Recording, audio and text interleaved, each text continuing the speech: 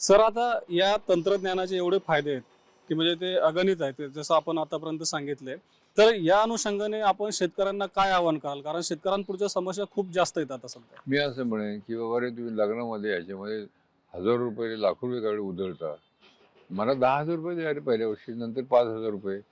त्या अशीच एक 2-5 हजार शेतकरी एकत्र आले ग्रुपमध्ये, तर मला कमीत कमी एका ठिकाणी 25 हेक्टर म्हणजे 65 एकरची जमीन लागते.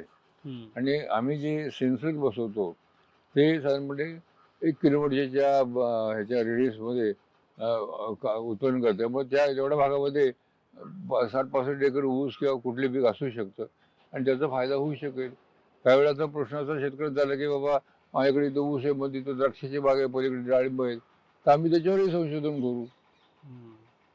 आता आम्हाला त्याचं उत्तर सापडलेलं आहे. ते फक्त वापरायचे पिकानुसार. जसं म्हटलं किंवा मला ह्या रोगाचं निदान झाले, हम्म. आता पेशंट आहे तसं मला ते औषध थोडंसं बदल करून द्यायचं आहे.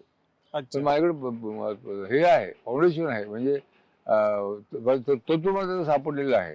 हम्म. ते इतर पिकांकरता लावू. आता आम्ही इतर पिकांचा प्रयोग केले सुद्धा थोडं लहान प्रमाणामध्ये, ते बरं. यशस्वी झालेले आहेत. आता मोठ्या प्रमाणात जर उत्पादन बघायचं असेल तर त्याला पैसे लागतात, मला एक वॉर रूम उभी करावी लागते, माणसं घ्यावी लागतात. हम्म. आता ह्याला हे काय फुकट आहे का?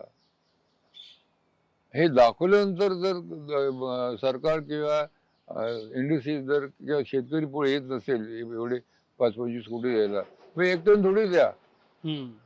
एक 10-5 हजार शेतकऱ्यांनी दिले, ₹10,000 ₹5,000 काढून दिले तर माझं काम सुरू होतं बरोबर. आणि त्यांच्या हिताचं येते. हम्म. हम्म. त्यात आमचा स्वार्थ काय? बारामती लिटरचा स्वार्थ काय? बरोबर. शरद पवारचा स्वार्थ काय? काही नाही. आज बारामतीमध्ये हा सगळा बदल झालाय तो त्या ॲग्रीकल्चर ट्रस्टमुळे झालेला आहे. हम्म. हम्म. बारामती एक झोपडपट्टी नाही, एक झोपडी नाहीये. आता हे सगळं दिसतंय लोकांना आणि भाषण करतात की आम्ही आमच्या गावाची बारामती करू. अरे बारामती म्हणजे काय तुम्हाला कळलंय का? शक्य आहे. हम्म. 100% शक्य आहे. हे तुम्ही याला मला एक 5,000 हजाराची शेतकरी मदत केली. कशाला सरकार? तुम्ही या ना एकत्र. साखर कारखाने काढले ना कोऑपरेटिव्ह फॅक्टऱ्या. बरोबर. शेतकरी एकत्र आले. आपल्याकडे ते सहकार चळवळ ही फार त्या विखे पाटील पासून उभी केलेली आपण.